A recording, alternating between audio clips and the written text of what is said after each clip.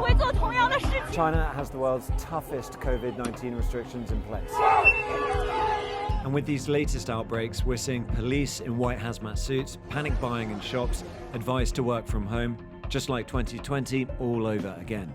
So why is China struggling with coronavirus? It's all to do with China's controversial dynamic zero COVID policy. Essentially, instead of learning to live with the virus like many other countries, China wants to stamp out any outbreaks as soon as they start. But with the far more infectious Omicron variant, this is proving difficult and leading to extreme measures. Tens of millions of people have been put into lockdown across China. Nowhere is this more felt than in Shanghai, where many of the city's 26 million people have been forced to stay at home. Fences have been erected around infected housing blocks and streets. Some residents have protested from their balconies, and videos like this show desperate people trying to pull the fences down. Shanghai is doing daily citywide COVID tests, and positive cases are put into quarantine centres where living conditions are tough.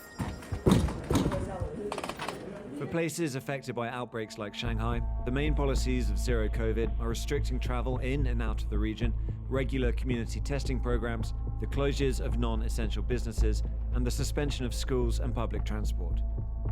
There are currently dozens of cities with some form of these rules in place. The rate of COVID-19 is rising in China, but compared to some places like the UK, it remains relatively low. As of April the 27th, 2022, China has reported 3.2 deaths per million people, while the UK has 2,544 deaths per million. China has, in general, dealt with COVID pretty well. Reported infections and deaths have been very low throughout the pandemic, with the country recording around 4,600 deaths from COVID-19 since 2019. They even hosted the Winter Olympics without experiencing a major outbreak. But now, things are getting worse. Omicron is significantly more infectious than previous COVID strains. Limited, targeted lockdowns worked for China before, but because of Omicron, these outbreaks are getting out of control. China has fully vaccinated around 88% of its population, with a massive 11.5 billion doses given out. But those are all homegrown Chinese vaccines, less effective than Western mRNA jabs, which China has refused to use. And many elderly, vulnerable people have not even been fully vaccinated.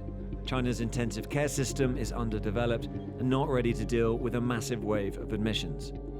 All that means more serious cases of COVID-19 and more lockdowns.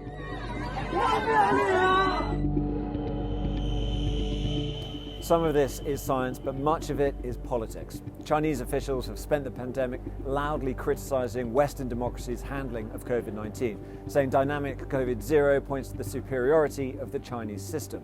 Reversing from that is very difficult. So this isn't just a public health policy, it's political ideology. And that means this is going to be live for people here for a long while to come.